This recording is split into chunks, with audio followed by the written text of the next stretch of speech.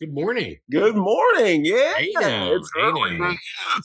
We're never usually this early in the day, Yeah, but good morning. I'm Dom, I am Jamie. and welcome back to the cutting room floor. Apologies for the long wait. Y'all probably thought we died. Well, we had power outages Yeah, because of man. weather. and Listen, this was 4th of terrible. July weekend, this past 4th of July weekend was awful. People lost Yes. powers. Some stupid person hit my fucking car. Yeah, yes.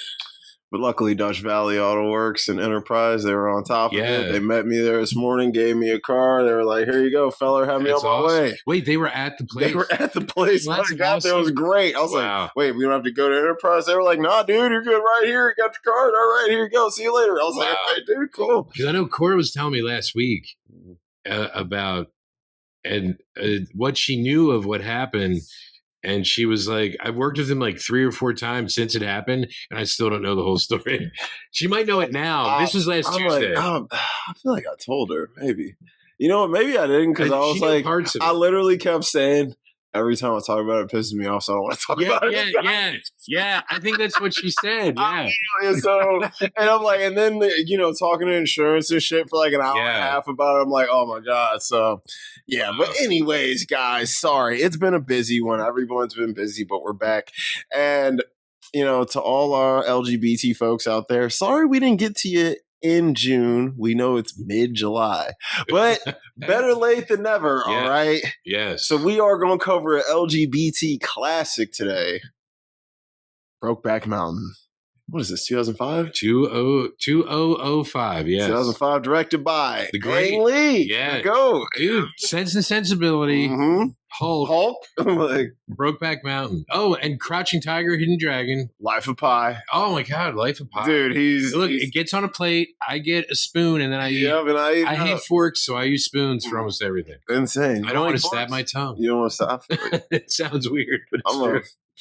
I like the appropriate utensil for the appropriate dish. I like being radically inappropriate all the time, and you know this. I know this for a fact. Yes. You were all this morning. You're already on it. Yes. And I'm no better because I feed into it. But anyways, we will not tell you we're discussing. It might get us canceled. But that's true.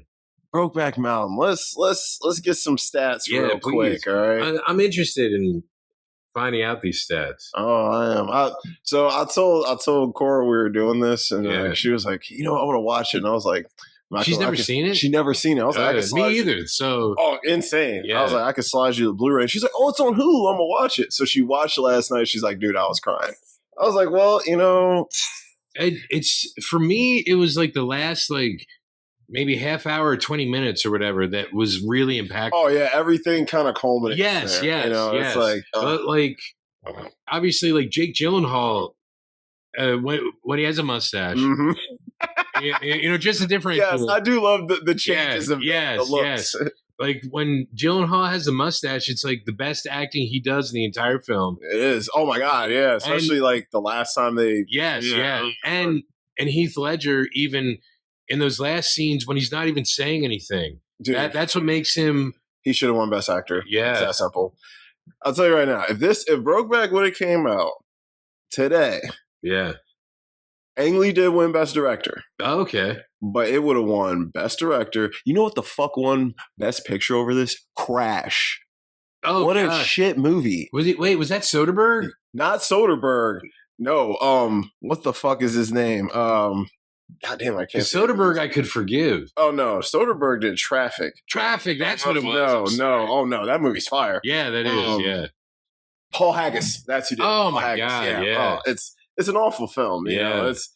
And like I get why people were like feeling it when it came out, because it dealt with like all these different things. Oh, that was one with like racism. Yeah, it's got racism, and Matt Dillon plays a racist ass cop. Yes. But then he saves this black woman at the end, and they're like, "Oh, he has a heart." No, he doesn't. He's terrorizing the streets this whole fucking movie. I've got into Facebook arguments with people who, like, with this one specific dude.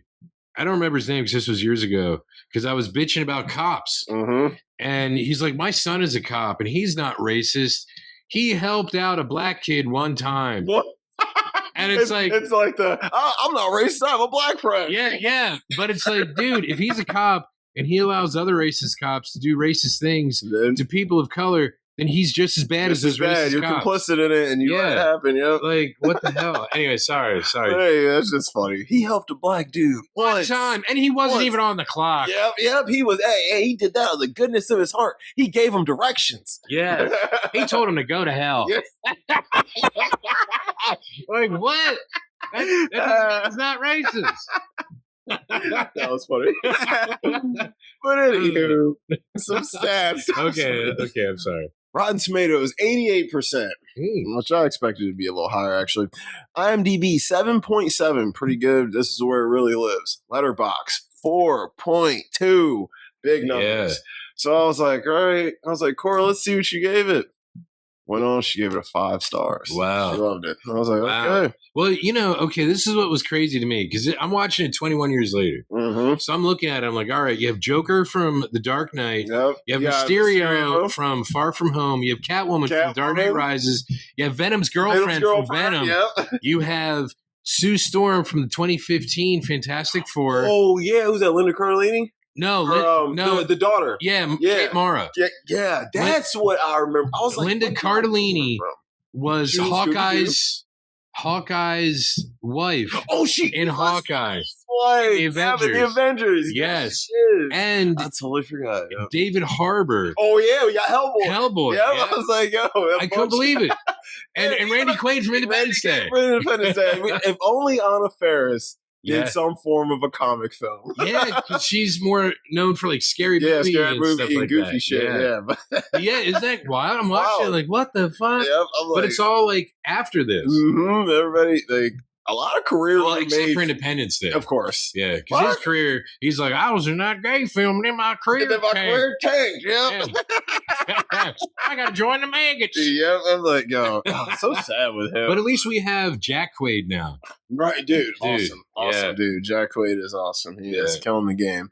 Yeah, that is funny. I was like, man, all these dudes. This was kind of a career-making film. Yeah. Like, I think this kind of put every actor in this like on that next tier, especially like the 3 who lived out of the big 4.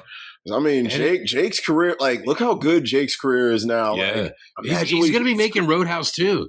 He already did it. Oh, okay. Yeah. But but for real, like, Jake has been some fantastic. Like, Nightcrawler, oh my god. He should have won the Oscar for that shit. Because he worked. Was that David Fincher or no? He worked in a film with David Fincher though. After this, was it Zodiac with Downey Jr. Downey Jr. and Ruffalo. With the Hulk. And with Iron Man. Yeah. What the hell? Yeah. That's right. You know what I mean? Hey, you always keep the Avengers together. Yeah, you have to. But yeah, so Brokeback, man, it's a lot of history. The cool thing about this movie is I think. And Ang Lee directed Hulk. Yes, he did. Damn. Yeah. Man, that's crazy. Yeah. It all comes full circle. Wow.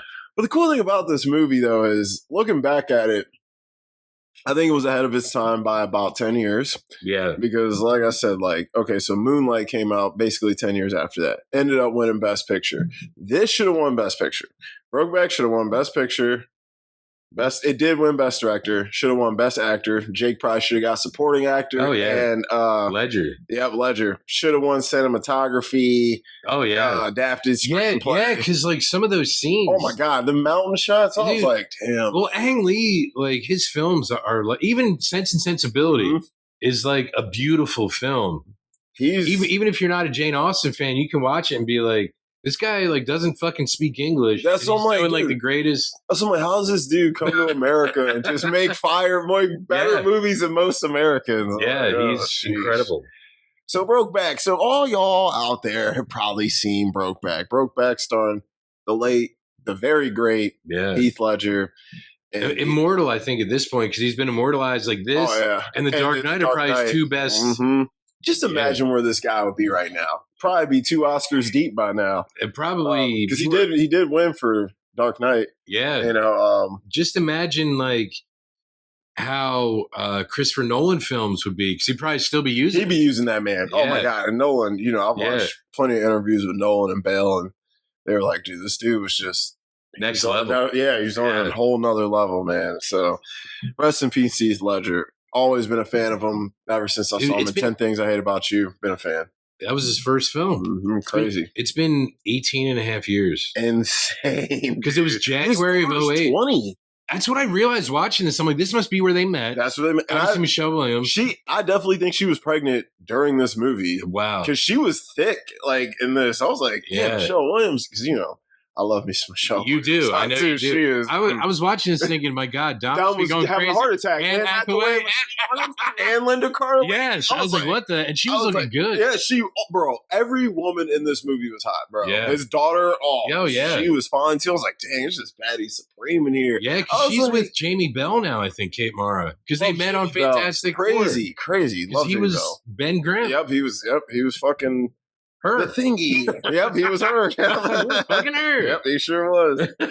Man, this movie's cast is actually, like, when I was looking, I was like, this is a legendary cast. Oh, like, yeah.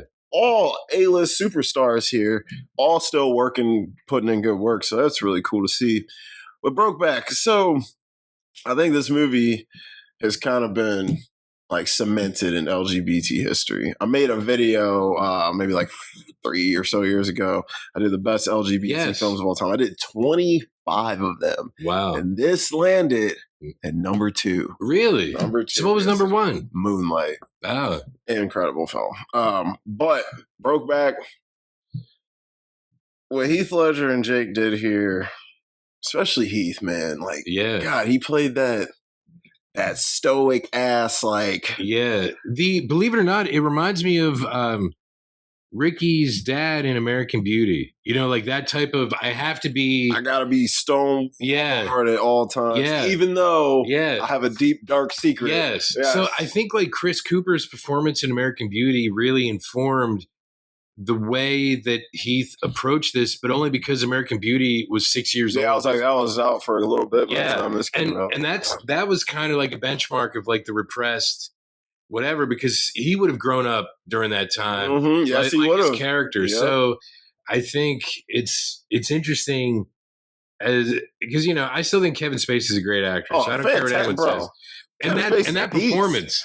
Yeah, bro, amazing. Dude, Usual Suspects? Come on, bro. Dude, even his Lex Luthor, it's not Gene Hackman, but it's at least... He's definitely next best. Yes, you know what I'm saying? For sure. And then, dude, even like in comedies like Horrible Bosses and shit. Oh, yeah, it's funny as hell. I love Kevin Spacey. Like, cutting out the Me Too. Yeah. I love Kevin Spacey as an artist. Because that's what I saw. I saw a little bit of what Chris Cooper brought to that role. Only without, like, Mm-hmm. murdering anyone. So, I mean, spoiler alert for American Beauty. Spoiler alert, yes. Yeah. So, it's interesting how it's like it dissects American society during a certain period of time. Yes. And it's really a film that is universal. It's not just an LGBTQ film because it's about a side piece. It is about a side piece. It is. It is. Really. And that hit me too. It's funny to think about it. It's about a side piece. And it's not fair to anyone in any relationship in the film. Yep, anyone involved. Yes. And especially it sucks for the two main dudes because they're each other's side pieces, yet they want nothing more to be than each other's main piece. Yeah. And so it's like such a weird thing to see where, like, because Jake Gyllenhaal really wanted to have a life with him. This is my theory. I believe Jake Gyllenhaal was gay.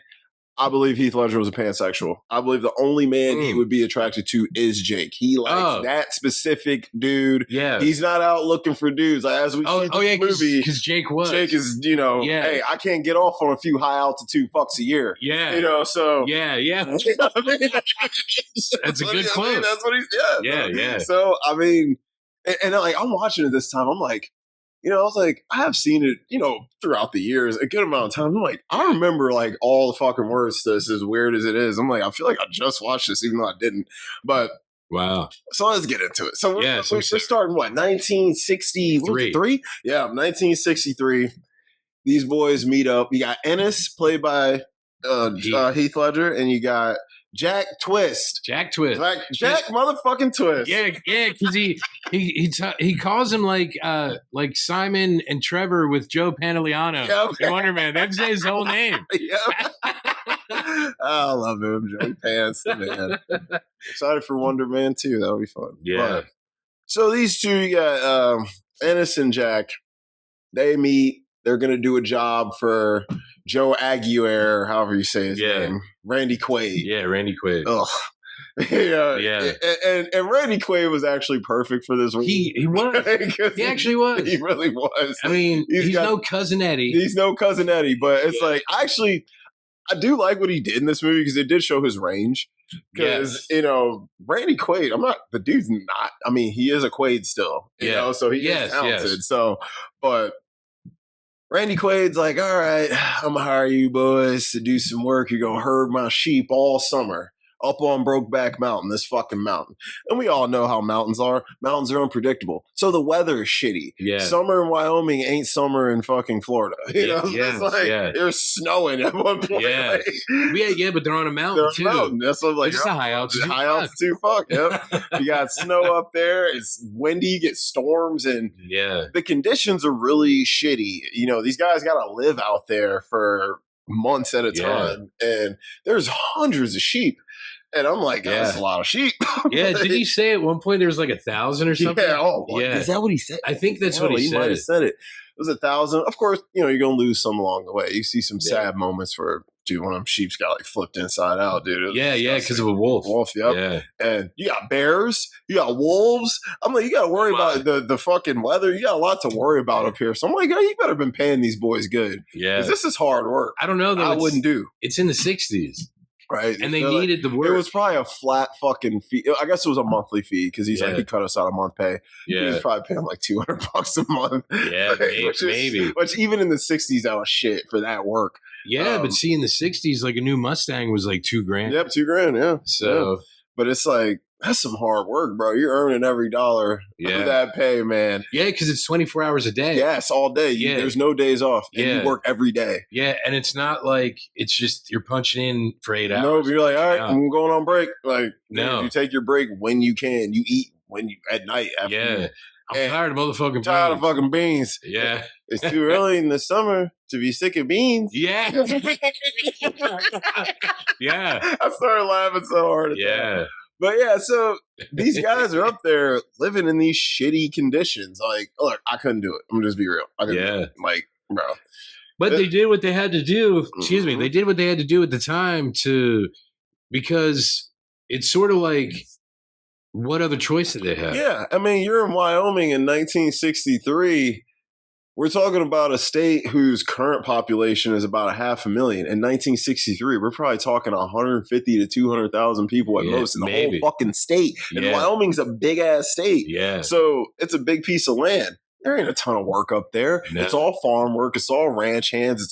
That's the work you can get as a man there. Yeah. And women there, you're a housewife. Yeah. That's what it is for that time. Yeah, you're right. Back then, that is what it was. And maybe you're like, Alma, you got a little part-time bullshit job at the grocery store, working 20 hours a week, 15 hours a week, whatever, just to help with some odds and ends. But that was your life as a woman there, and that was your life as a man there in that current time. Yeah. And that's why, after it's all said and done, Jack was smart going to Texas, which is way more opportunity. Yeah. But, it wasn't his first rodeo. It was. It was not his first rodeo. Yeah. So these boys are on these mountains. They're working hard. And, they adjust to the job, as anyone would. But it starts getting cold and things start happening. They lose some food. They lose some shit. Oh, yeah. Some shit goes wrong. Oh, yeah, because there was that bear. And he lost all that food there. Yeah. And he's like, well, guess we eating beans again. Yeah. Beans and tomato sauce. Yeah. Oh. I'm like, this sounds horrible. Dude, I'm thinking, I hope you're shitting away from camp. Oh, my God, bro. I'm like, listen, I got to walk a mile off a doozer. You're going to smell it at camp. Yeah. Shit. Walking a mile, you're probably dropping a deuce along the way. Eating all those beans. Eating them damn beans. You have to get some Depends out there. Shit. But boxers or briefs? Depends. Depends. That was funny. So So these dudes, you know, they start getting along, you know, eventually, because Ennis is very closed off, and Jack is very much the more talkative one, the more outgoing one. But Ennis is like, this dude's like a trap door, man. Like, getting anything out of him is crazy. And eventually he does tell Jack about his upbringing. His parents, they left him with $24 in a coffee can. He was raised by his brother, sister. They both eventually got married. No room for him. Yeah. And he's like, motherfucker, that's the most words you said all summer. He said, bro, that's the most shit I said all year. he's like, I'm a closed door. But we learned in this time that Ennis is engaged to Alma, played by Michelle Williams. So lovely. Even her all homely and Wyoming-y looking. Was she homely? I mean, they made her look as homely as you can make someone. They couldn't really. Like, Michelle Williams is so fun. But yeah, but you know, they couldn't really make her look homely. Juicy lips and those pretty eyes, Even when she was like pregnant later on, like, oh my gosh, she was looking so juicy. Oh, bro. I wonder if she actually was. I think she was, bro. You see how busty? Yeah, I was like, I think she's usually pretty thin. Yeah. So I'm like, dude, I think you're right. Actually pregnant. It makes sense. Yeah, because their daughter's 20. So it would only make sense she was probably pregnant at the time. So, wow. At least I think. But so they start breaking each other's walls down. They start getting to know each other. They goof around. They joke around. They realize, hey, we get along pretty well. Yeah. Well, one lonely night in the tent. Hey. It's cold. And there's one tent. And one dude has to sleep in the tent, and the other dude has to sleep outside and I guess keep watch. Yes. Well, one night it was just freezing cold, and Jack was in the tent that night, and he told Ennis, "Hey, bro, when that fire goes out, it's game over, bro. You're gonna freeze your nipples off." Really quick, Matilda Ledger was born October of 2005, so she probably was. Okay, October what? 28th. Oh, she's a Scorpio. Yeah. Okay, cool. I was like, oh, she one of us? So even though like it came out in 2005, the way it was filmed, you know. Oh, you definitely shot it throughout that pregnancy. Yeah, I bet. Interesting. Oh, I thought she might have been one of us, but that's cool. So one of us.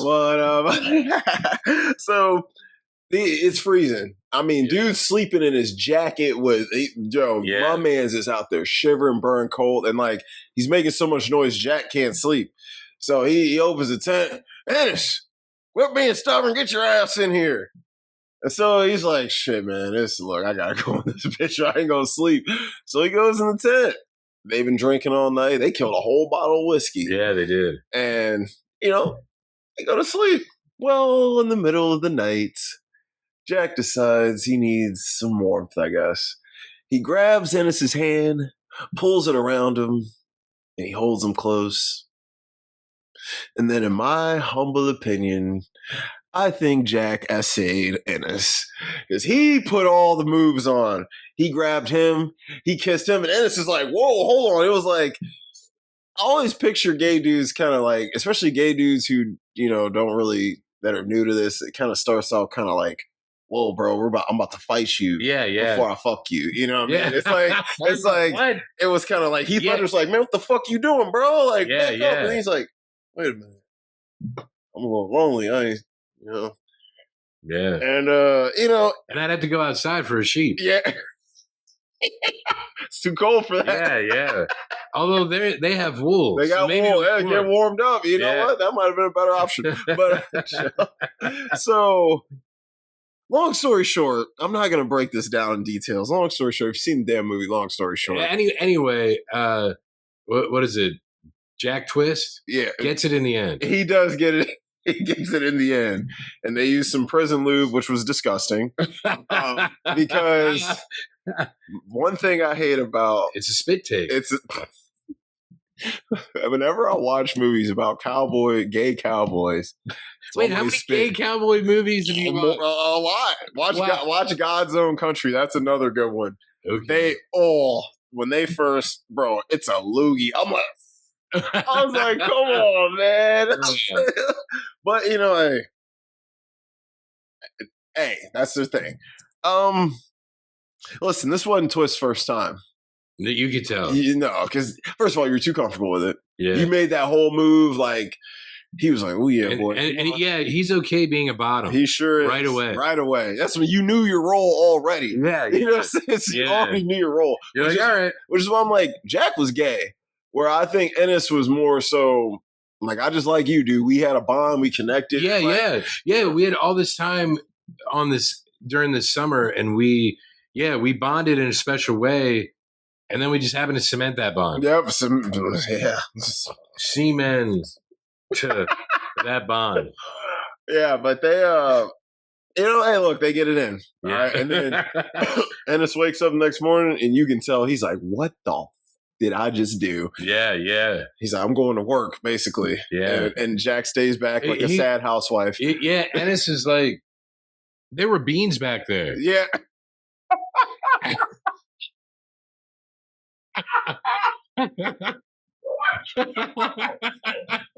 What?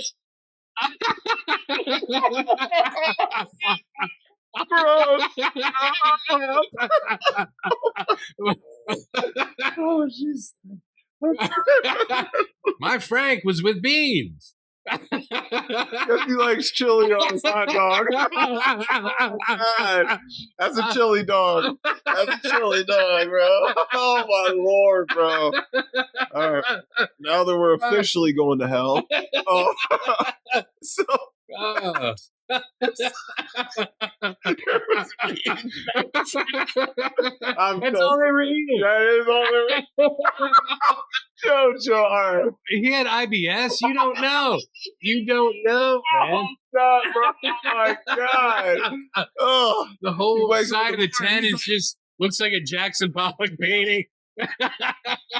He's like, wake up like, oh. It's all over. Like I told you, bro, you got to go a mile away from the site. It's like Spud in Train Spotting when he wakes up after the heroin. Oh, bro, oh my Lord, chill. Okay. All right, guys. Now that we're done being immature. So they, after Ennis gets over the fact that he did this vile act. Well, in the 60s, yes. Yes. Yeah, and because of how he would have been raised, it would Oh, my God. And we learn later, like, in a story he tells, which is a very good scene. Oh, yes, like, yes. He was absolutely raised to not be this way. And then that's how he knows what really happened to Jack. Yep. When he's talking to, Yeah. Oh. Because that's my one unanswerable question, actually. Yep. But we know. Yeah. But, so they go about the summer and these boys are getting close. Well, Jack's uncle gets sick and he's dying. So Joe comes up, our man Randy Quaid comes up to tell him, and he spots these boys wrestling with their shirts on. Wrestling. Having way too much fun. Yeah. They put bean grease on each other. They were getting They look. I'll use the beans. Use the tomato sauce. Tomato. Mater. So like, and when he sees them, I wouldn't know what to think. I'd be like, maybe these boys just bored, been up here too long. I don't know if I would think what Joe's mind went to, and a part of me thinks Joe has been in a situation like this or has known someone, because that was the first thing his mind went to. Yeah, and you don't do that at first unless there's history. Some kind of preconceived notion. Yeah, so I'm like, because that was his first thought. Like, yep, I knew it. So he tells him. But he's the one who put them together. Yeah, man. I'm like, damn, he could have set up a matchmaker. Right? Like, dang, bro, you're better than eHarmony. So I'm like, Grinder. Right? Flags at half staff. Yep. Oh, my God. Hey, depending on the event, it might crash. Well, for his funeral, it might. Yeah, it might. Oh, right. We got. Hey, all right. We're done. We're done. We're acting a fool. We didn't say whose funeral. We didn't say who. So anywho, so he tells Jack, he's like, listen, your mama told me to tell your uncle just dying, so here I am. You know what I mean? Yeah. And he's like, all right, well, he's like, shit, I can't do nothing up here. He's like, ain't shit you can do down there either. Which he is right. Yeah, and you know what? That is one of the most real things anyone could ever say. Because I know, like, let's say you're at work and someone you're working with gets a call that like someone passed, and I understand wanting to like leave right away to be with your family or whatever, but if you can't do anything, I hate to say this, save your time, because you only get so much bereavement time. Yeah, well, yeah. They really fuck you over with bereavement time. Yeah, depending on where you're at, it feels like somebody for me, I'd be like, oh, heck, go. But see, some you places, care. Yeah, I give a shit. A lot of places don't like, care. Hey, listen, buddy, just so you know, save your time, because like, you might need it. or bereavement. Which you use. Because there's going to be like burial and other things, emotional things that you're going to have to deal with once everyone comes down from that initial shock. Yep. So, and it's only because I hate corporations screwing people over when emotions and family are more important than the job. And you kind of work in the death business. I do. So you see this kind of shit all the time. Yeah. So I always say about like funeral homes, people are dying to get in. They are. Yeah. They literally are. Yeah. It's crazy, but they are. That's really the reality of it. But so Jack is, he's like, well, shit, I guess I just got to stick it out. Well, dude, some shit happens. The sheep, they end up mixing up their sheep with some like, what was it? Some like native dudes? Yeah. Their sheeps got mixed up. The brands they didn't brand them, like they didn't iron brand them. They painted them. So a lot of the paint got wiped off the sheeps. They couldn't tell which was which. Yeah. They were getting pissed off. And Jack hates Joe. Like he expresses it many times, and how unfair the job is, and how he doesn't do X, Y, and Z for them that he should. And he's right. I mean, he's got them living in fucking shit conditions. Yeah. And he doesn't give a shit. And I know he's underpaying them. We know he's underpaying them. So do you think Jack has done this previously? And that's how he knew to be there? Yeah, he said he did it a summer before. Yeah, okay. Mm-hmm. So he had already did it. This was Ennis's first time. So maybe that's why Joe knew. Maybe. Yeah. Maybe. You're onto something. Yeah. Because he knew Jack. He did. And, Joe's like, because, Jack's getting pissed off, and he's like, man, F this, F that. And Ennis is like, listen, dude, just stick it out. We might have to work for this dude again next year or something. We might need him. So, just fucking ride it out, dude. We got to finish this through. But Joe's like, hey, I don't need you guys. I'm cutting you a month early. He's like, what do you mean? It's only August. He's like, well, get your ass off my mountain. I got it from here. So they're losing a month pay. And Jack's like, listen, bro, if you need some bread, I can float you some bread, to make up. And he's like, look, I ain't that hard up. Shit, I ain't no charity case, which we know he needs the money. Oh, yeah. But Ennis is not the type of guy who's going to take a handout from anyone. No. He's like, any dollar I get, I'm earning. So, and that's respectable. Ennis is the all-American man, old school all-American man. Not these modern, weird all-American dudes. Like, he's an old school values kind of dude. I mean.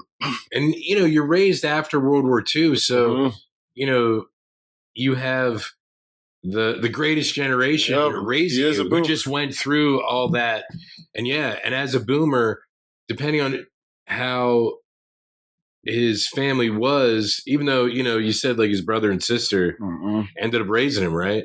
But what did his brother and sister learn? So how did they learn raise from it? Yeah, absolutely. Yeah. And they're in a weird between time, because they're right in their 20s, in between two of the biggest wars we've ever had. Yeah, right after right after Korea. Right after Korea, and then right before Vietnam. It's like they're in a weird time place where, like, because Jack's fear is military might get me. Yeah. So so these guys come off the mountain, and Jack's like, so dude, like, what are you going to do next? He's like, hey, I'm about to go get married. Remember I told you I'm about to go get married and find some work around my way and, kind of start my family, bro. Hey, maybe I'll see you next year or something, And it's like, oh, well, see you later, buddy. And it's like, well, that's it. Oh, okay. Because then Jack drives away and Ennis walks away. Yep. And Ennis has a moment. Yeah. He has a moment. And fuck you looking at. Fuck you looking at. Yeah. God, Heath Ledger was so fucking good in that movie. Like, he held that role down. So, man, insane. But I think he's got a shit ton of emotions going through him. Like, damn, dude, who am I? I ain't never think I would be doing some shit like this. Yeah. Like, and it's not like I just did it and said, oh, I did it. It was cool. I had a phase. Like, I'm thinking about this guy, and I know I'm going to miss this guy. Yeah. But I got to go home and be the man for my family. And So some time goes on. They both go do their things. Jack's a rodeo guy. He's in the rodeo. Yeah. And Heath Ledger comes back, gets married to Alma, played by Michelle Williams. Absolutely gorgeous and fantastic in this film. Which, obviously they had a kid in real life. Yes. And they have two little girls, Alma Jr., which I found hilarious. Yeah, what a weird... Yeah, I'm like, okay, so you guys couldn't think of nothing, huh? But yeah. I'm like, okay. Alma Jr. and, goddamn, what was the other? Jenny, yep. Jenny and Alma Jr. So they have two little girls. And Jack ends up, he's rodeoing around and you see him, this is how we know Jack's gay. Jack spits game at guys. Wait, because of the rope, he's like jerking off when he's like getting ready to bull ride. Yeah, he was doing that. Obviously, he's just getting his glove ready, but it's still like, wait a minute, the motion. Wait, is he dancing to YMCA? He's the cowboy. Yeah, he's the cowboy in the Village People. Because this is how you dance to it, right? Yep, the pterodactyl.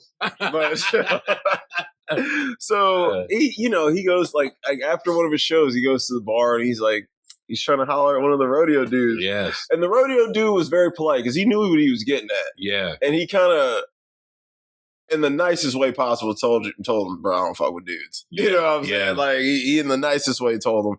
And I thought that was nice how he did that.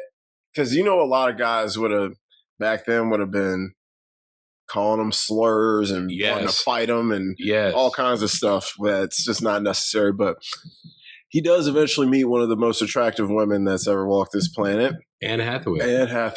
Oh, she hasn't changed much. She has. Wait, she's gotten all this fucking work done now. She's still fine. But because you've seen Devil Wears Prada 2, right? So I'm watching it. Oh, okay. So I'm watching it. In my mind, she looks almost exactly the same. But she paid for it. Okay. That's okay. She's still sexy as hell. Anne Hathaway walked in here right now and was like, hey, you got one shot. I'd be like, we're going to have to do this later. Okay. I would be like, pause. You'd be like, shit. You'd be like, hey, you'd be like, go, bro. I'd be like, if you said no, I'd kick you out. You know what I'm saying? Hey, this just is get her autograph. Yeah, right. Have her draw a picture of Catwoman. Yeah, got you. Like, that's all I need. Catwoman card, please. Yeah, that's all I need. She's a rodeo girl herself. Yes, and she's rich. She's a rich girl. Yeah, because her dad sells like $100,000 tractors. And think about it, in the '60s, oh my god, $100,000 is like 10 times. Oh my god, like now it would be 10 times that. So you sound like $1 million big boy shit. They clearly and. She works for the business. She's really good at what she does. And she's aggressive. She's a go-getter. And obviously she's got her father's spirit. You don't think I'm too fast. Yo, you don't think I'm too fast. I'd be like, honey, you ain't fast enough. Yeah, because he was like, fast or slow, I like the speed you're going. The speed whatever speed we going, baby. Because, God, bro, she pulls out them things. Woo. Gosh, and this is prime peak Anne Hathaway. Did you write it down in your princess diary? I drew the picture. Yeah, okay, it was a stick figure with 2 circles on the side of the line. No, dude, she looks so damn good in this movie. I was like, God, man, between her and Michelle, I'm just losing my mind. Yeah. But so her and Jack start dating, and eventually get married and have a son. Yeah. And he starts a life. Fucking Alma Jr. and Jenny, they're growing up. Yeah. Alma works at the grocery store. Ennis is doing whatever odd jobs he can do to make ends meet. Yes. He's never had a stable kind of working situation going on in this entire situation, which is kind of weird and sad because he's obviously really good at things. But like he can fix cars, like he fixed Jack's car. Yeah. But I think he just doesn't know who he is as a person, or he can't admit who he is, so he can't settle down at all. You're right. I think he's on edge the entire time. Yes, he probably felt like, I know who I am, I know what I'm doing, and then Brokeback just totally broke that. It honestly broke his back. Back. Like figuratively. Yes. It broke his back figuratively. He broke Jack's literally. So, that was bareback. Bareback Mountain. Oh, man, it was bareback. At least this movie wasn't called Shaft. Right, chill. It's a different movie. That is. And don't forget the beans. Oh. So Jack is, or Ennis, it does feel like he's going through the motions. Yeah. Like, he's doing what he thinks he's supposed to do because society. Absolutely. Yes. But he's a very absentee father and husband. Mentally. Yeah, mentally. He's there physically. There, but he's not there. Yeah, he's there. He's working. He's putting food on the table, but he's not there emotionally or mentally. Not, yeah. Right. It's like he always feels so disconnected from his family. And oddly enough, I feel like Jack felt way more like a family guy. Like, I feel like he adjusted to that life much better. Well, probably because if you're right about your assessment of Jack actually being gay and it being like a lavender marriage, that he would be able to pretend better than Ennis would because he's not grappling with it. He already knows. He already knows who he is. You're correct, 100%. That's a great point. Because, and he even says it towards the end, their marriage is a business. They run their marriage like a business. Yeah. And you could tell when Ennis was talking to her on the phone, she knew. Oh, she knew. Oh my God. Yeah. Oh, yeah. And she starts tearing up a little bit because I do think she loved him. Yes. I think it dwindled over time, of course, but I still think she cared and loved him. And then she probably realized these other individuals also loved him. So it was kind of like... She's like, everybody loved this motherfucker. Yeah. Literally everybody loved this motherfucker. He literally infiltrated an entire married couple. So, Well, the other guy came on to him. He did. Yeah. But then remember later, he tells fucking Ennis he fucked his wife too. So I'm like, bro, you probably fucked both of them. Oh, yeah. I'm like, you're double dipping in here. Yeah. I'm like, crazy. It's like the Red Hot Chili Peppers version of Roller Coaster of Love. Move over, Dad, because I'm a double dipper. I'm a double dipper, baby. You know what I mean? He's like, you fuck me, I fuck her. We're good. Yeah, you know what I mean? Everybody's taken care of. Yeah. So, but Jack or Ennis gets a postcard one day. Yeah. From our good friend Jack Twist. I don't think you see that man smile from the time he left Brokeback up until that point. Yeah. And he's like, oh shit. He's like, so they set up a meeting, for Jack to come down. Oh yeah, because or come up, I guess. Because Jack went back the next summer. And yes. And he wouldn't give him work. Hell no. Because he said, it looks you boys sure found a way to make that time pass up there. I'm like, yeah. He went back to get work and Randy Quaid was like, no fruits allowed. You know what I'm saying? So the fruits of your labor ain't worth it. So wow. So, he settles in Texas. He couldn't go to the military, got too banged up from the rodeo life. Yeah. So honestly, to be real, doesn't seem like he was that good of a rodeo guy. no, but he did stay on for a few seconds. I mean, I would say 8 seconds. It was 8 seconds. I think he hit that, but I mean rodeo is, bro, that's a rough fucking game. And of course, we have modern medicine now, so guys can extend their careers longer. Bro, a rodeo career couldn't have been that long in the 60s. No way. And it's bucking up against your junk. Hell yeah, dude. I'm like, damn. Fuck that. I'm like, hey, I made it. I'm wearing a cup. They'd be like, yo, what's he got down there? I'd be like, this is a cup. You know what I'm saying? This is a chastity belt. Yeah, it's metal, baby. It's metal. Yes. Like, I'm jock strapping it. Yeah. So I just hope I remember where the key is. Chill. Oh, my Lord. So they're like, all right. He's like, hey, listen. He's like, oh, buddy's coming up. And we're gonna kick it. So the day he's supposed to come up, the day Jack's supposed to come up, this man is by the window drinking beers, looking out that damn window like a kid waiting for something to come in the mail. You know what I'm saying? Yeah. Like waiting for Santa Claus. Waiting for Santa, bro. He's looking like, oh, where is this motherfucker at? Yeah. Guy probably smoked an old pack of cigarettes and drank a whole case of beer waiting for this dude. And when he sees that truck pulls up, my Lord. The light that comes over this man runs outside. Jack motherfucking Twist. And he runs up, gives him a big bro hug. And the bro hug seems just like hey, bro, I ain't seen you in a minute, you my dude. We've all hugged a dude like that. Yeah. Then Ennis couldn't help himself.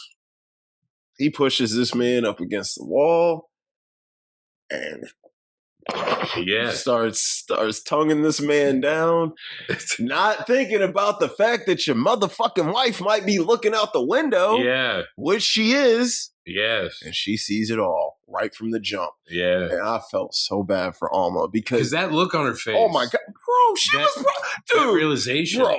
All right. Think about it for Alma. This man's been dicking you down for years. Y'all got a whole family. Yeah. You ain't never heard or thought of nothing about this man ever. He ain't never even hinted that he's ever been with a guy, thought about men, nothing. Yeah. And you see this motherfucker, he ain't never kissed her like that. That's what I'm saying. So she knew not only is this man like this man likes him a lot. Yeah. He don't kiss me like that. Yeah. You know what I mean? And they've been married at this point for at least 6-7 years. Like she's well, you notice when they're getting it on at one point, he it's a back. Yes. He might as well just put a paper bag on it. You know what I'm saying? For real. and write Jack Twist on the back. Yeah, for real. Because she does not. Yeah, she don't. I feel so bad for her in that moment because think about the wave of emotions that just crashes over you at that time. It's the end of a whole lot of love, right? Oh yeah. Shake for me, girl. I want to be your backdoor man. Yes, sir. Hey. Oh. Yeah. Yeah, that's what it is. But that's about plant-based meat. Yeah. That's what that is. For all the vegans out there. Yes, sir. It's impossible. So we're going beyond. We're going beyond. But so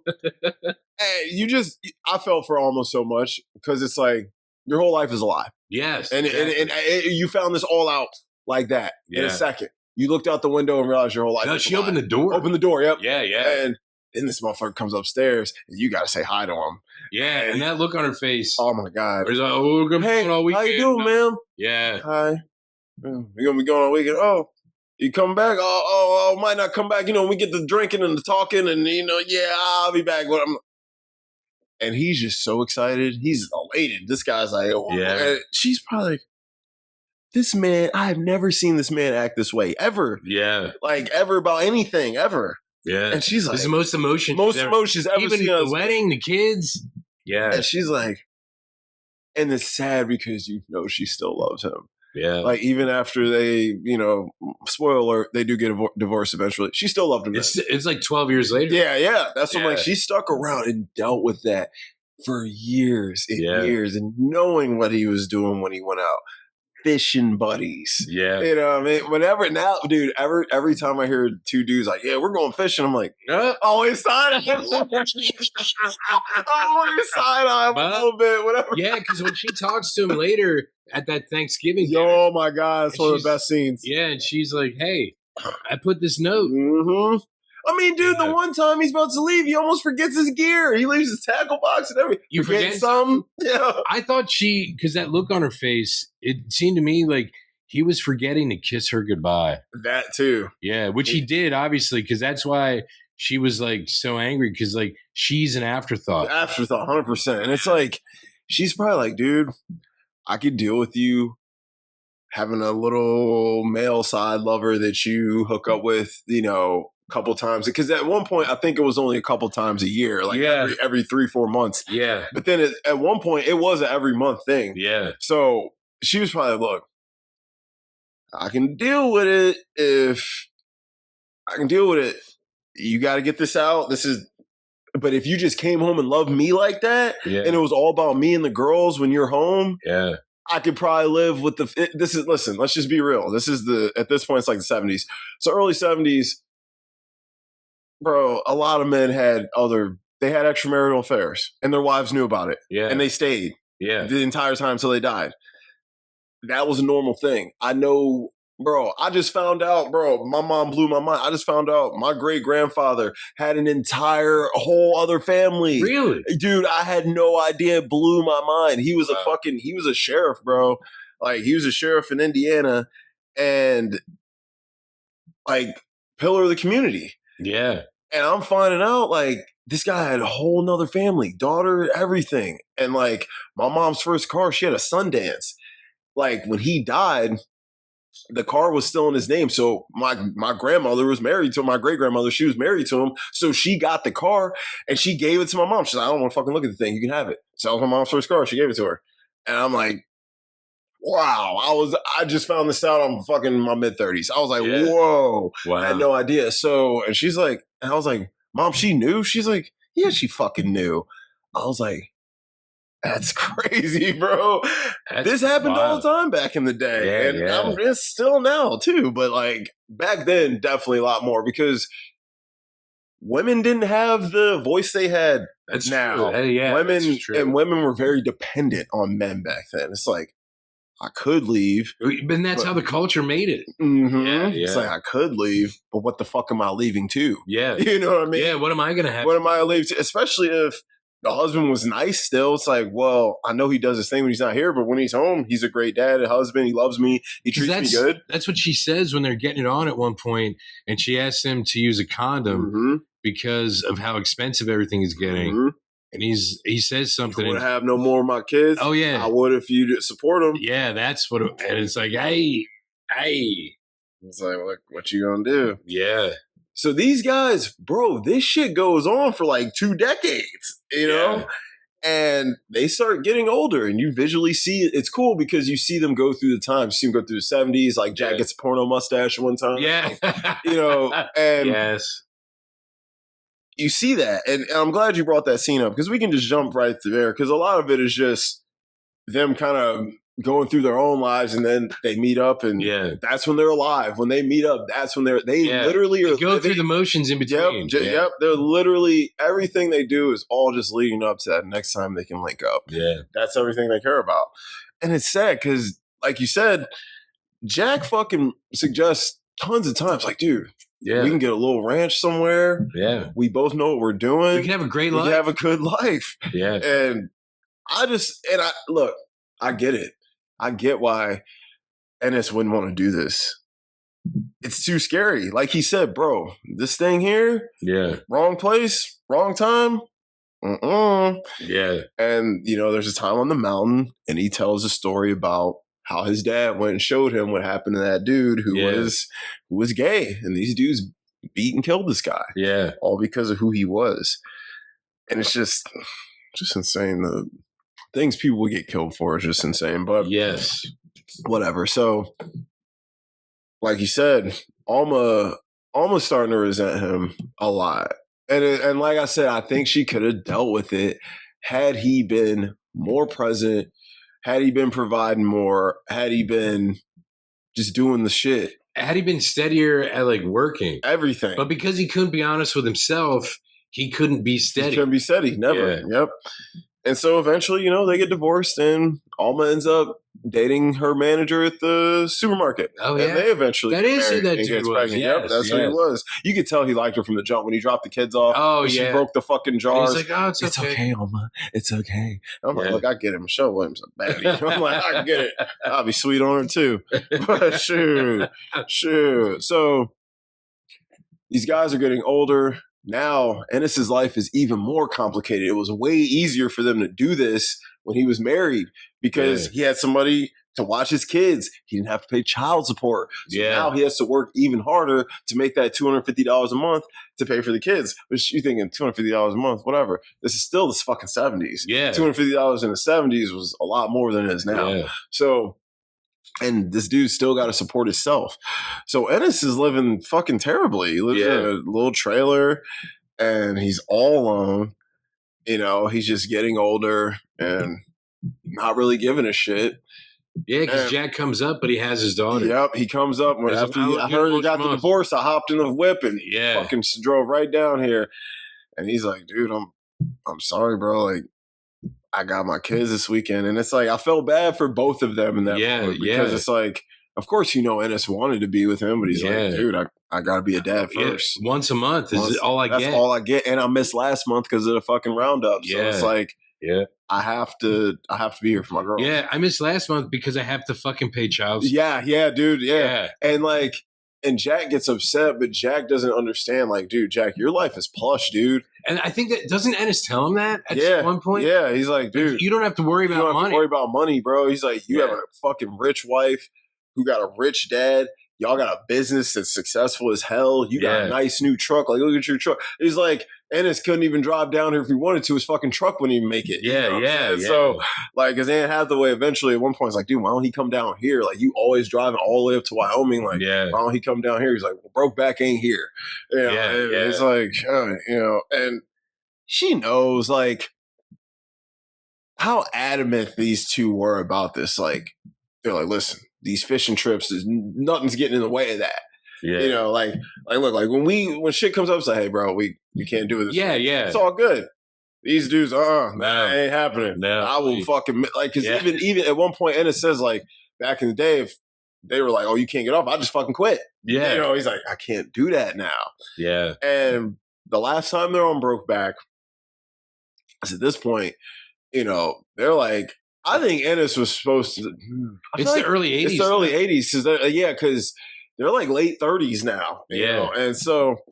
Maybe even early 40s, I think, depending on how old they were. I think Ennis was supposed to be fucking older because they said Jack was 39 when he died. I think Ennis was supposed to be in his 40s already. Yeah. So he's like, listen, bro, like,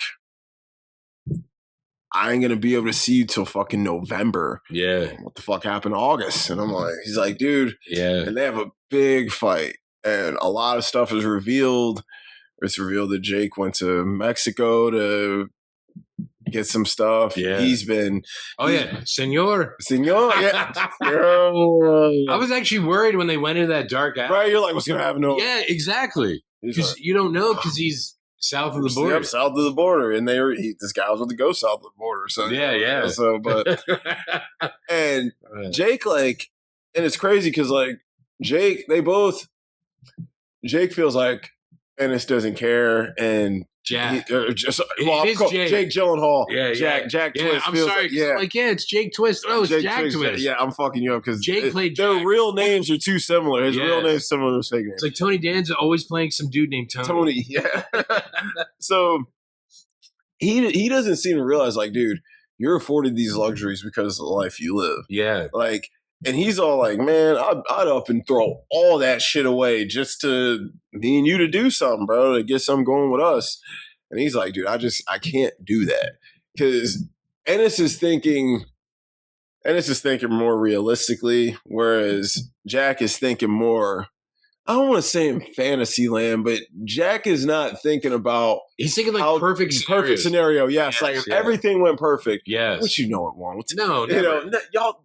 You gonna move to Texas and do this, move to Wyoming. It don't matter which one of these fuck ass states you live in, right? I'm like, you're living in the wrong place. Yeah, like, but you can't ranch in Frisco. You can't ranch in New York City. Yeah, so it's like, and that's all they know. This ain't Midnight Cowboy. Yeah. So, anything for a fuck, Joe Buck. Joe Buck. Hey, great John Voight role. One of his roles actually, like, but so they have a big fight, and it's revealed he went to Mexico. It's revealed. He's like, I know what they got down there for boys like you. I was like, oh, God. But he's like, look, man, it is what it is. I'm not going to be able to see you when you want. That's what happened. So eventually, like, the Thanksgiving was crazy. We'll talk about that scene real quick, and we'll move it on a little bit quicker. But Thanksgiving, they both have interesting Thanksgiving. Yes, they do. Ennis goes to Alma's new family. Yeah, I assume they're married. They're married at this point. She's pregnant. Yes. And so she's pregnant with another man's kid. He goes to have dinner with them because she still cares about him. And you can tell she still likes him. Like when they're sitting at the table, the way she's looking at him, she's like, oh, I love your little gans. She's like, oh, you fucking booty boy. Oh, you're so sexy. You know what I mean? You could tell. And it was Heath Ledger. Exactly. That's what I was like. I mean, I literally said, I was like, still Heath Ledger. You know what I'm saying? So I'm like, and they're doing the dishes. And almost like, you still go fishing with Jack Twist? And he's like, not as much. And she's like, And she basically reveals to him, like, motherfucker, I know what it is. I put this note in your fucking tackle box. Yeah. Bring us home some fish. How the fuck you was fishing for years and you never once brought any fish back? And I'm like, guys, you got to keep up appearances. Yeah. Fish. You know what I mean? Catch a couple. I'm like, listen, bro, we just got to catch like 5 fish. Yeah. Throw these bitches in the cooler and bring them bitches back, bro. Like, she's like, you know me and the girls love fish. You never brought us fish. I put a note in your fucking shit and said, hey, catch us lots of fish. Bring me home some. Motherfucker, I went in that damn box. That note was never touched. You didn't fish. Yeah, it was on the end of the tackle. Yep. Yeah. She's like, that line never even touched water, dog. Yeah. And he's like, listen, girl, you better shut the fuck up. You better stop talking about things you don't know about. And she don't stop. And bro, he gets angry. He gets very angry and aggressive to the point where he would have assaulted her. Yeah, she's like, get out of my house. Get out of my house. And I'm like, listen, why'd you provoke him though? Like, and my thing is, obviously, that tells you right there she still loved him. Because you wouldn't care if you didn't. You'd be like, I know what it is, but we're past that. We're co-parenting. I got my new man. And she does eventually say, like, I wish you would get remarried. We worry about you. Yes. And he does meet a girl, Linda Cardellini, looking fine. Yeah. And she really likes him. I'm like, bro, all these people really like you. You just don't like nobody. Yeah. Because he doesn't like himself. He doesn't like himself. And he doesn't really know who he is. Yeah. And so, but that's short-lived. They break up because he can't commit to anything. No. And his life is just getting worse and worse. Like, it's just bad. But on that same Thanksgiving, the dad who hates Jack Twist, Anne Hathaway's dad, his wife's dad, his father-in-law, disrespects him, talks down to him. This motherfucker stands up to him this time. Yeah.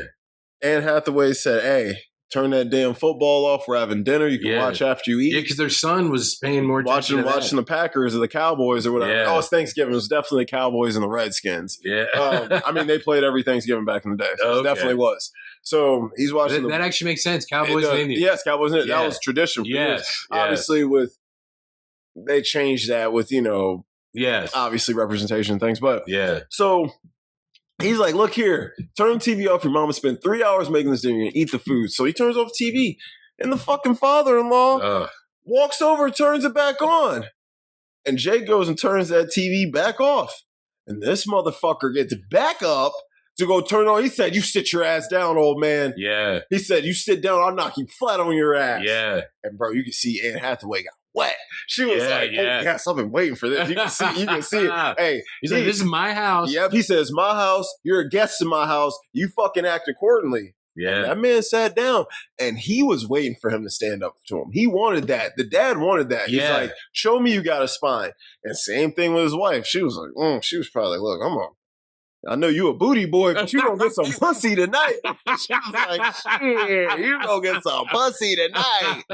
So, and I thought that was a good scene. It was some good character development for Jack. But long story short, these guys, man, they really haven't linked. They really haven't talked. And bro, Ennis gets he gets a return letter one day. Yeah. That he's deceased. Yeah. And so he's like, what the fuck? He's probably like, the hell is this wrong? I would think it was wrong. Yeah, yeah. So he calls. He calls what was her name? Lorraine. He calls Lorraine Anne Hathaway. I've been calling her Anne Hathaway the whole movie. So he calls Anne Hathaway. Right. And she tells him that a tire blew up and the rim shot in his face and he fell and drowned in his own blood. Yeah. All while she's saying this, we get a little cut of a scene where we see him getting beat with a tire iron by a group of rowdy redneck cowboy looking dudes. Yeah. We know why. We don't have to talk about it. Yeah. And it all ties back into the story. Like you said that Ennis told him. And Ennis was telling him, that was Ennis' whole thing. Like, dude, I know you live in La La Land and Fantasyland when we're together because we're so, just blissfully on our own. Yeah, but reality is reality, and we can't, like, this mountain is all we have. It's all we have. It's fucking Brokeback Mountain. Yeah. And that's all they did have, unfortunately. And so he gets the scoop, and like you said, Anne Hathaway realizes on that call, like, I think that call cemented what she already knew. What she knew. Yeah. And she cries a little, and I think it was sad for her because she's like, it would be sad for the woman too. You feel like you're wasting your life a little bit. Like, you feel like everything was a lie. It's like, it's one thing if you have love and it dies, but it's like, damn, was it ever love? Yes. You know what I'm saying? So it was all pretense. So it's like, I felt bad for the women. That's all. Like, that's what I mean. Like, it's not fair to anyone in the film. Everyone, the kids, nobody. The spouses. You know? Yeah, everyone gets fucked. Mm-hmm. Literally and metaphorically. Yes, And so Ennis, it's like, shit. So he goes to visit his parents. He goes in Jack's old room and finds his shirt that he had said he had left on the mountain, but Jack had it the whole time. Yeah. And, he takes it. It's one that still has his blood stain from when he punched him. Yep. Yeah. And, it was really sad. I was like, damn. Fast forward, Ennis's daughter is grown, and she comes to visit him in his trailer one day and tells him she's getting married. Yeah. And she's like, I really want you to come. And he's like, I think got the roundup that time. And I'm like, motherfucker, come on, dude. But then he says, you know what? They're going to have to find themselves another cowboy. Yeah. My daughter's getting married. Yeah. And he pours up some drinks and they have a drink. She leaves and Ennis goes in his closet, opens the closet door, and we see both their shirts together hanging up with the postcard of Brokeback Mountain pinned right next to it. Yeah. And you just see Ennis get extremely emotional, which makes the watcher extremely emotional. I did. One little baby one fell out. Yeah, because I've seen the movie a lot, but I'm like, fuck, man, this shit always gets me. I'm like, and he didn't win Best Actor? Okay, whatever. And that's how the film ends. Yes. And God, it's such a fucking powerful film. And, it's based on a short story written by some lady, I think. Yes. And I'm like, Ang Lee, you took a short story and really made some fire. It's kind of like what Frank Darabont did with Shawshank. He took, what was the story? It was Rita Hayworth. Rita Hayworth and Shawshank Redemption. Yeah. And that's like a novella. Yeah. And made that into a fantastic 2.5 hour One of the greatest films of all time. One of the best films of all time. No questions asked. No questions asked. I mean, come on. Get busy living, get busy dying. Fucking. Wow. I was just going to say that. What I'm saying? Like, one of the best quotes in the film. Hey, Andy Dufresne crawled through a river of shit and came out clean on the other side. You know what I'm saying? Great film, but wow. I mean, this is a fantastic movie. I mean, I don't know what else to say. We'll jump in some of these categories, guys. So, MVP, I got a 4-piece. Yeah. Actually, now I'm thinking about I'm gonna throw a 5th one in here.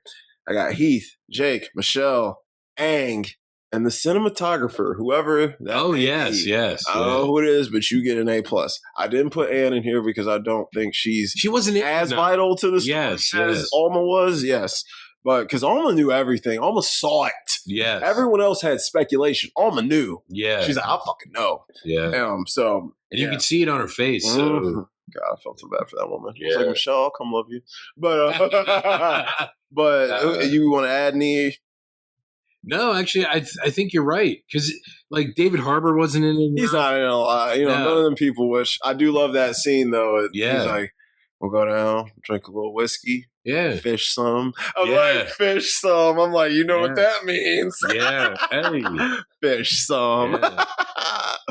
You use my pull, I use yours. Yeah, I'm like, we'll exchange rides. Yeah. Hey. Peak season. Ang Lee. That's it.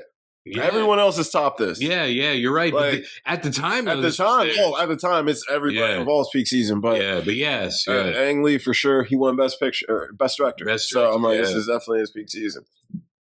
All right, best quotes. I'll run through some. I got some, not a ton. I'll see what I have compared to what you say. Most of the quotes come in like the second half. Actually. Yeah. All right, my first one. I got to do the accent. It's too early in the summer to be sticking beans. Yes. I'll hold up out here and grab 40 winks. Oh, yes. Yep. You ranch stiffs, you ain't never no good. You boys sure found a way to make the time pass up there. Hey. Jack fucking Twist. We might not be back tonight when we get the drinking and talking. I'll see you later. Making a living is about all I got time for. Damn, that's nutty.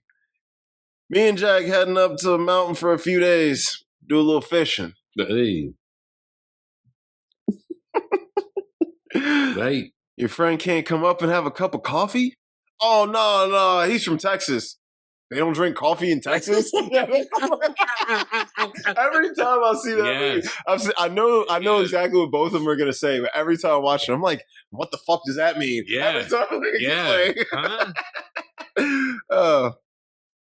Ain't no reins on this one. I'd have them if you'd support them. Yeah, Mo. You still go fishing with Jack Twist? Hello, Ennis. Bring some fish back home. Love, Alma. Yeah. Jack Nasty. I was like, girl, you about to open a can of worms you can't close. Yeah. You do it, I'll make you eat the fucking floor. Yeah. That whole scene is just gnarly. Yeah. This is my favorite line in the movie. We ought to go down there some weekend, drink a little whiskey.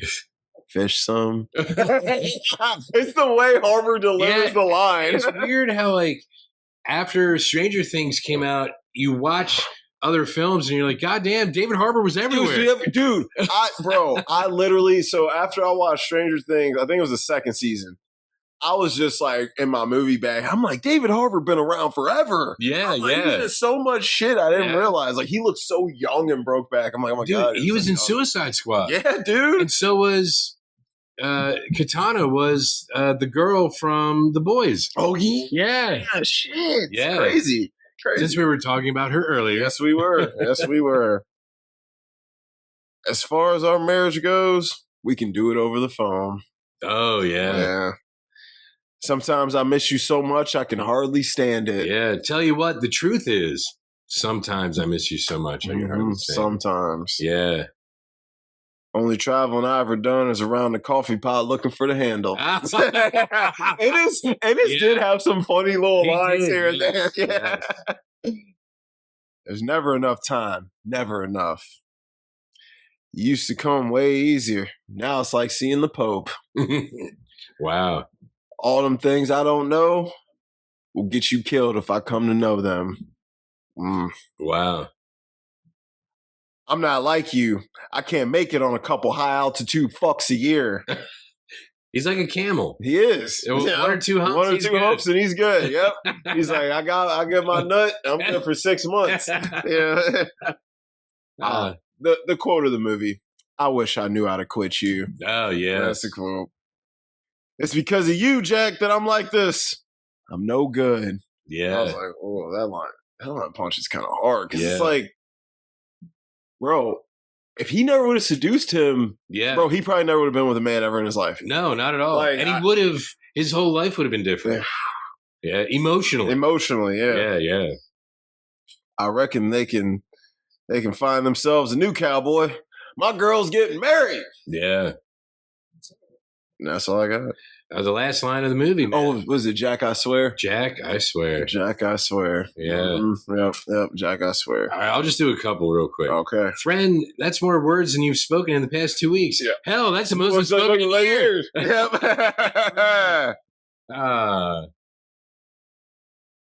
Hold on here. God, there's a lot. Jesus H. Christ. Oh, there's some quotes in it. Yeah. God, most of them you already said. So that's what I was like. I think I got the big boy ones. Oh, yeah. This is a one-shot thing we got going on here. It's nobody's business but ours. You know I ain't queer. Me neither. I ain't queer. Me neither. But if he says he's not queer, he was gay. Queer was something different. Yeah. Even though colloquially it could have been the same. Mm-hmm. Yeah. Queer. Yeah, you said most of these. How dare you? Dude, I was like, I got the good ones. I got the good ones. Oh, how about when Jack says, you know, it could be like this, just like this always. Just like this always, yeah. Mm-hmm. Brokeback got us good, don't it? Mm-hmm. Yeah. Damn. Brokeback got us good. Oh, here we go. This is with Cassie Cartwright, Linda Cardellini's character. Okay. I don't get you, Ennis Del Mar. I'm sorry. Was probably no fun anyway, was I? Girls don't fall in love with fun. Yeah. Yeah. Yep. And you know she liked him because she was with another man and she came up to this man. Yeah. She started crying. Anyway, yeah, you got him. You got all the good ones. You know we do. Damn it. Sorry, feller. Damn it.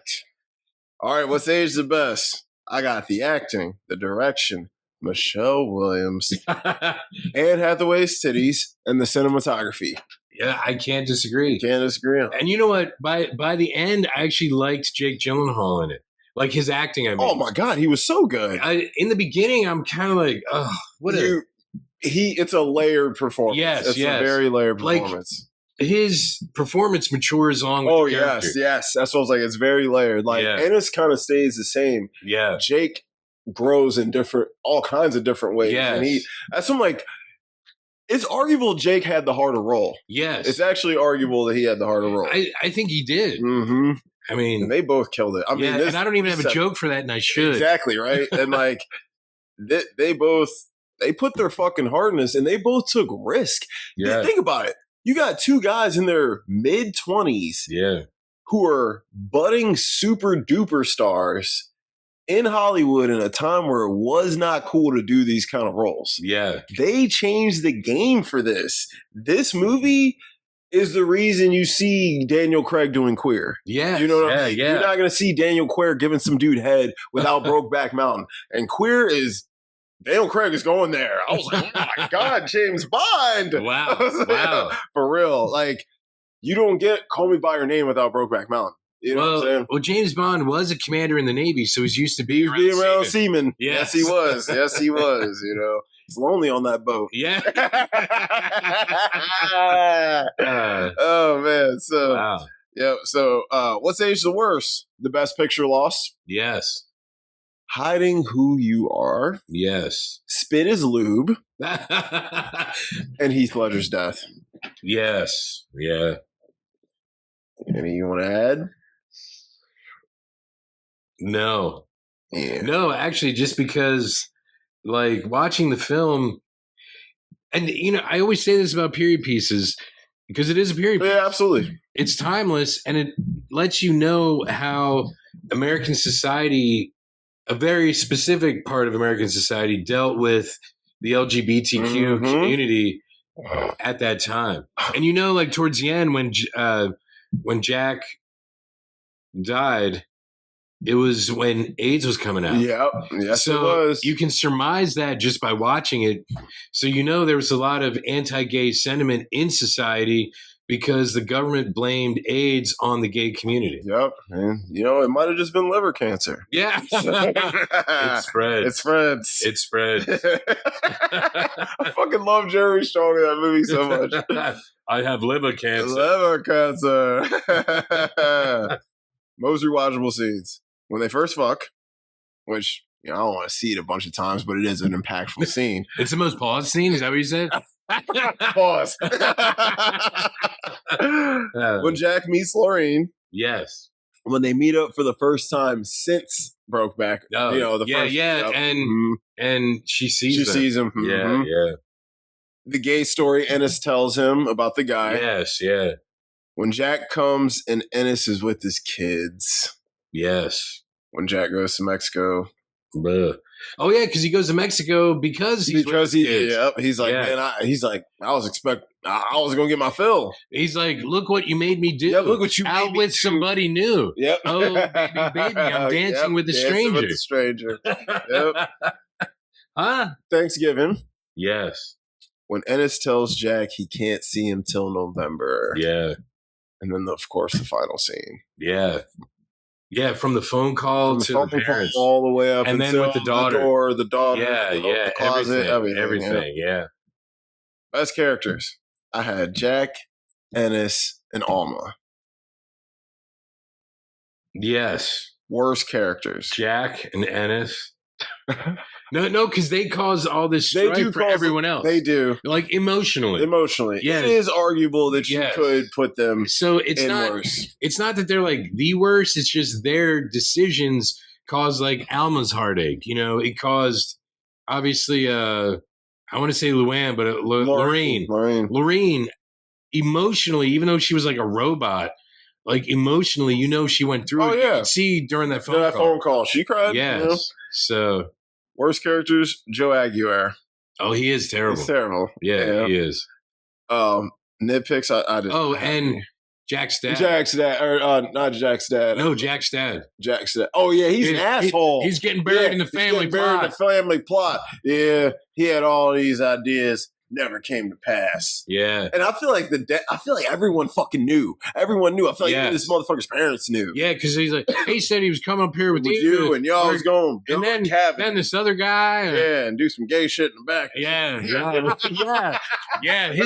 dad was one. His dad and his wife's dad. He sucks too. Yes. All the dads suck. Yeah, but see, the dads, if they could tell and if they knew, they would be that way because that's not what, at that time, everyone knew. Yeah. I feel like everyone fucking knew. It was weird. All right. I had no nitpicks. Do you have any? My one nitpick is when he fixes his engine, he doesn't quite close the hood of the truck. And then when he drives away, the hood is closed. You always notice some weird shit like that, bro. I know. It really fucking You always notice some weird shit like that. And I thought of another one, but then now I can't think of it because we've been talking about it, which is terrible. I thought about it earlier when we started, and now I can't think of it. It was just one really strange nitpick. But it had something to do with something someone said in the film. Oh well. We'll probably end up talking about it later. I'll text you later. Yeah, because it's a weird. Maybe it's an unanswerable question. I'm not sure. Anyway, go ahead. All right, recasting couch. God, I was having trouble because I'm thinking like, do we do like, Austin Butler and Glenn Powell? You know what I mean? Both too masculine. I did go Austin Butler for Ennis. Okay. Oh, for Ennis. I was thinking more for Jack. Yo, everyone's like, yeah, he would be Jack. No, bro. Austin Butler's kind of a dude's dude. Listen, for who I have for Jack would make sense. Okay. Chalamet. I was thinking like Tom Holland and Chalamet at first, believe it or not. Well, who plays who? I guess Tom Holland would be Ennis. Or not Tom Holland. Chalamet would be Ennis. I was thinking Tom Holland just because he... Oh, fuck no. He's a booty boy. He's too tiny. No way. Okay. He's a booty boy. So Chalamet and Butler. Okay. I think they would be good. Listen, and they already have chemistry from Dune 2. They do, from Dune 2. And we've already seen Chalamet play the booty boy and Call Me By Your Name. Yeah, okay. And all fucking Austin Butler's just a younger, less Jack, a smaller version of fucking Armie Hammer. Yeah, you know what I mean? So fuck it. I'm like, you know what I mean? Yeah. I think they would be good together. Actually, chemistry would be good. Yeah. They're the right age. Like, I think it would work out. I agree. I can't disagree. I had a hard time with Alma because I was like, you need someone who's pretty, but who can be homely too. Oh, so like Florence Pugh wouldn't work. No, she's a little too striking in the face. Yeah. But who I got is kind of striking in the face. I don't like who I have. But who you like? Who you got? I was thinking like a Florence Pugh. She would play it really well. Or even like, I know your girl, Saoirse Ronan, who you always go to. Oh, you know what I mean? I actually like that. Because her and Chalamet work together, right? Little Women. They sure have. I actually think that's who we should go with. I had Elle Fanning. I don't like it. I don't like it. I didn't like it. I don't know how I didn't think of my baby. Saoirse Ronan it is. All right, let's not even fucking argue about it. Saoirse Ronan it is, because she'd be perfect. Lorraine. I like my Lorraine. Okay, go ahead, because I was having a tough time. Because I'm thinking, I don't know young actresses anymore. Margaret Qualley. My God, yes. You're right. She would be perfect. Mm-hmm. Wow. She'd be perfect. She would. Joe Aguirre. I was thinking, oh my God. If he was younger, I wanted Wilford Brimley. But I got diabetes. I was thinking, oh my God, John C. Reilly. Ooh, that's really good. Yes. All right, that's who we're going with. Yeah. I had David Maldonado, who played Hogwood, the KKK guy from Sinners. But John C. Reilly, much better. Yeah. That's perfect. Great. I was thinking of a Randy Quaid-esque character. Yes, because he's perfect. He's tall, a little heavier, right age. Yeah. Damn, it kind of has that same type of look. Yeah, he does. And I'm like, And it's crazy because I watched The Sisters Brothers with him and Joaquin Phoenix not that long ago. I don't know how I didn't think of him. Yeah. And Jake Gyllenhaal's in that playing another cowboy. Have you ever seen that movie? No. Bro, that movie's fucking nuts, bro. It's so good. Oh my God. Like another foreign director coming and making a fire western. It's Jacques Audiard, the French guy who made that stupid Amelie Perez movie. Oh yeah, bro. This movie's fantastic, bro. Jake Gyllenhaal, Joaquin Phoenix, John C. Reilly, and the one dude from Sound of Metal, and he's in all the Wes Anderson movies now. Little Indian looking dude. What the fuck is his name? Oh, he's in he's the prince from Phoenician Scheme. What the fuck is his name? Oh yes, I know who you mean. He's tan. He's in another movie with Jake Gyllenhaal. He's a Nightcrawler. Wasn't he in Venom with Tom Hardy? Was he He might be the bad guy from Venom, the first one? He could be. God, my phone was acting dumb. If I hear his name, I'll remember it, which is terrible. I got you right now. Because I can picture Riz Ahmed. Yeah. Wasn't he in Venom? Hold up, I'm about to tell you right now. Steve. Which also had Michelle Williams? Also had Michelle Williams. Yes, he is. Yes. And him and Jake Gyllenhaal worked together in Nightcrawler. Wow. And they did a couple movies together now I'm thinking about it. Yeah, he's a really good actor, actually. He's come up big. Damn, he's 43. He looks young as shit. Well, he's brown. He is brown. So yeah, dude, John C. Reilly, perfect. That's great.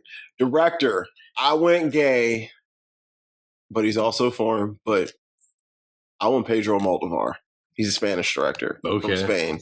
He's done some incredible movies. He's done a lot of movies like My Girl Penelope Cruz. They did a lot of movies together. Okay. But I was just like, I kind of wanted someone gay. Yeah. And I was like, I couldn't think of any like good working gay American directors. I just couldn't. Wow. Like, I mean, he ain't gotta be gay. No, I was struggling with this because I was thinking more about like who could do who has a good eye with whoever they work for as like a cinematographer. Mm-hmm. So I was thinking like Chloe Zhao. Okay. Because even like Eternals, like I still want to watch that. The way that it's shot beautifully. You know, I was thinking like, believe it or not, because of Prisoners, I was thinking our guy Denis. Oh, he would be good. Believe it or not, just because of how like personal that story is. Jake Gyllenhaal. Yeah. God, Jake has had a career. Yeah. We bring it up. Yeah. This motherfucker's in him. Yeah. So I was thinking about like his smaller films and how he got those performances out of like Hugh Jackman and Jake Gyllenhaal and Paul Dano. Yep. You know, and it's like the emotion behind like that and being like a smaller film with like great actors, I think I like he would Denis. be able to do Let's that. do Denis because I didn't want somebody. I think he's Canadian. Yeah, because we thought he was Mexican. Yeah, I'm like because of his name, we were profiling. Yeah, we sure did. Yeah. I'm like, I want someone at least North American. Yes, yeah. So cool, Denis. Damn, you own that section, buddy. Wow. You own that section. Because that's what it. But like I said, it wasn't like Dune or anything that did it for, or Blade Runner. No, it was Prisoners. I was like, God, what a great fucking movie. Which is funny because like Heath Ledger got the Joker because of this movie. Like Nolan watched this and was like, "Yeah, you're the Joker." Wow. Which is like, I wouldn't see it from this movie, but hey. Clearly, I guess Nolan saw something. He saw like probably his range and his emotions and stuff. Yeah. Mm-hmm. He's like, well, he's like, wait, this dude is Australian, right? You're right. You sound like a fucking American, right? Yeah. Right. People, totally forget Heath Ledger's fucking Australian. Yeah. God damn, this motherfucker's killing it. Yeah. Yeah. So yeah, I like that a lot. Actually, that would be a great film. Unanswerable questions. What happens with Ennis? That was mine. Yeah. And I think like, that was remember I said I thought it was a nitpick. It's not an answerable question. So during the phone call, were we seeing what really happened to? I think we were seeing what really happened. Okay. Because I assume that like Ennis was thinking it, but it's like, did that really happen? Or maybe she was crying because she was telling a story, so Ennis didn't. Yeah. It could be either or. I think he actually died the way we saw it played out. No matter whether he died horrifically. Yeah, it was bad because of who he was. Mm-hmm. Yeah, so sad. Prop you want from the movie? I'll take the shirt. Yeah. I'll take the shirt. Yeah. I was like, I'll take that, frame them, put them. Can of beans. Can of beans. There was beans.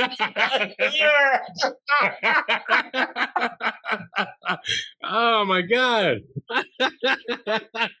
Thank God we weren't eating corn. I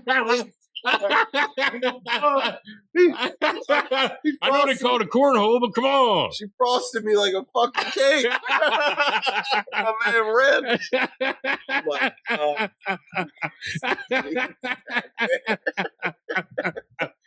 Oh, that's gnarly, bro. That's wow, gnarly. terrible. Oh, shit.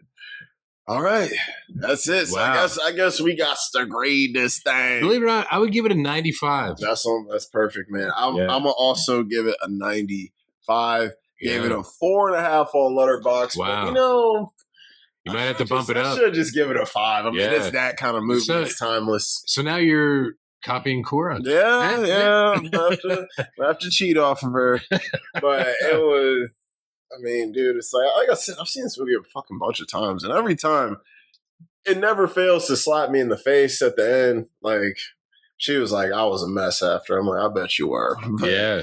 It's a gnarly boy. It's tough. And the thing is, it's a love story, so it's not and as weird as it sounds, like it's not a gay love story. No. Even though it is, but it's just like I said, it's gay in a sense of like what gay is. These are two people. It's about people in love. Two people, yes. Yeah. Let's cut out their gender.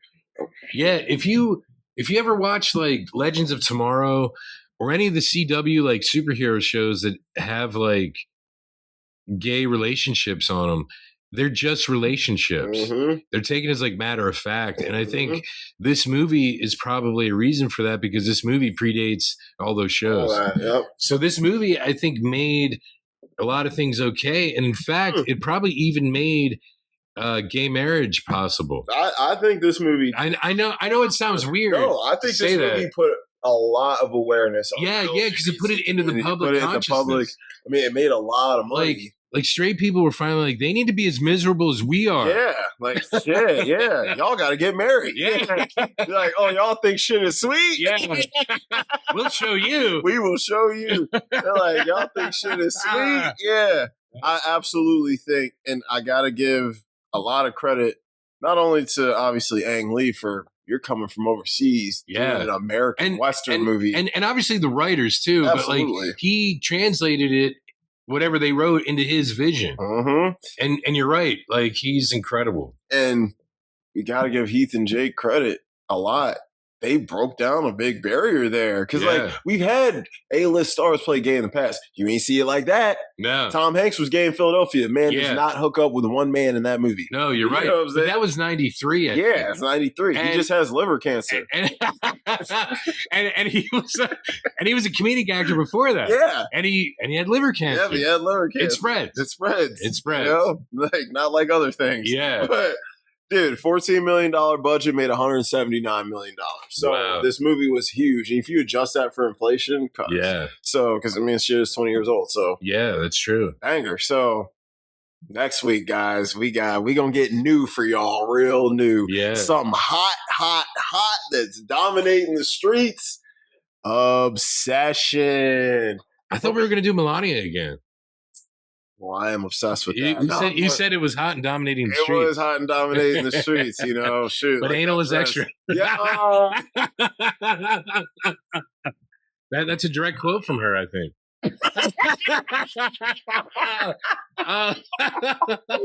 Oh wow! Oh yeah! Any excuse to watch it again. You know, and we can have a Michael Jackson sing along in the SUV. You know, I can't wait. I can't wait. Yes, that would be a real thriller. It would. Oh yeah, that'd be a real thriller. Yes, Obsession, dude. Wait till you watch this shit. It's insane. Wow. It's $750,000, $400 million. Can't beat that. That's crazy, man. That's an ROI for your ass. All right, guys. I'm Dom. I'm Jamie. Second room floor.